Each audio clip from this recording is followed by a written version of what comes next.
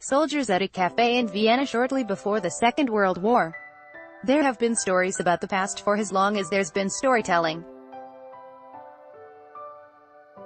Mention historical fiction to the general public and you're likely to get several reactions.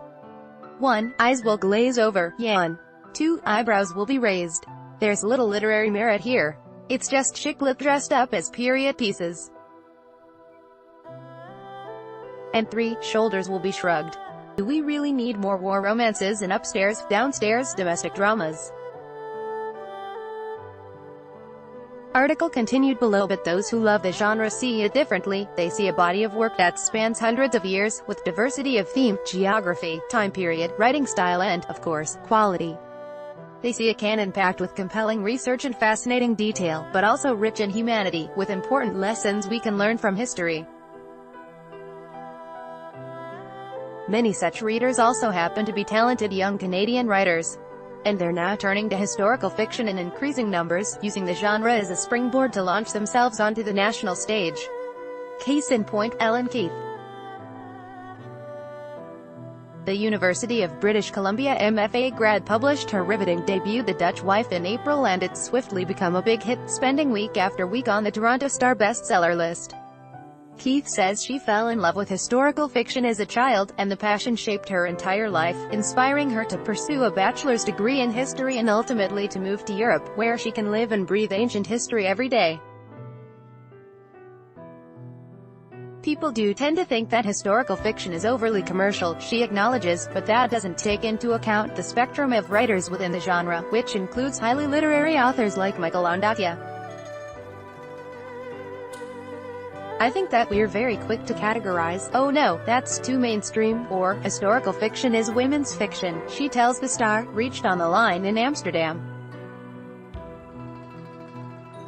I think that deters readers from engaging with the genre. She points out that one of the strengths of historical fiction is that it creates a lasting impression in readers' minds.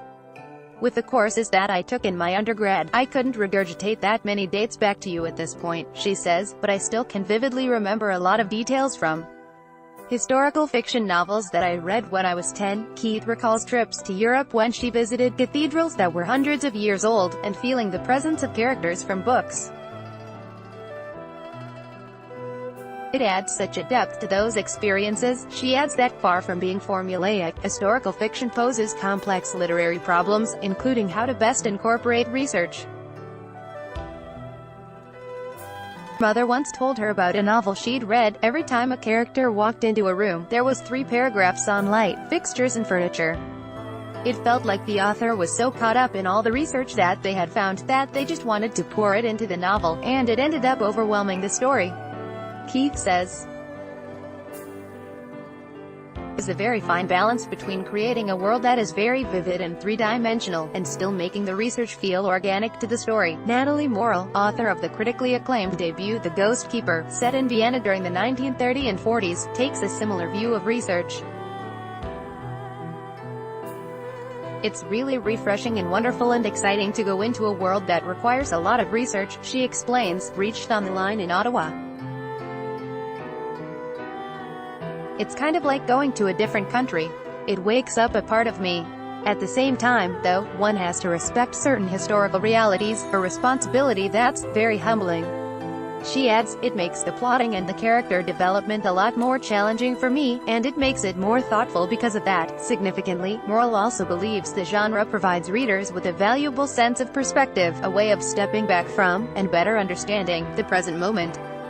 "It can be very heavy to be thinking about the contemporary social and political reality all the time," she says. "Maybe there's just a little bit of a remove in thinking about things that happened 50, 100, 500 years ago." Christine Bolus-Reichert, an English professor at the University of Toronto, agrees.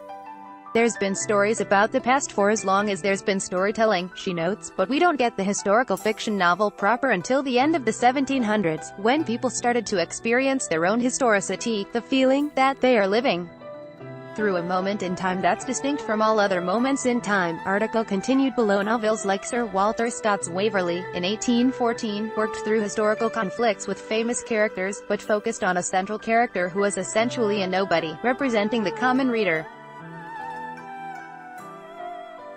This anti-hero brought the two sides of the conflict together, helping them find a middle way. In such outings, ordinary people had the power to shape history. All was not hopeless, no matter how bleak things appeared. Scott's novels may have been about historical progress, imagining the present was better than the past, but other 19th-century novelists used the genre to criticize the present, to say that things were actually worse now. Historical fiction can hold a mirror up to the present, Bolus-Reichert says. It can say, things have not always been this way, and they don't have to be this way. Given that, it's no wonder so many novelists and readers are picking up the genre now. Historical fiction is having a moment, Bolus-Reichert says. It's exciting that more and more writers are turning to the genre, especially for their first fictions. That's pretty great.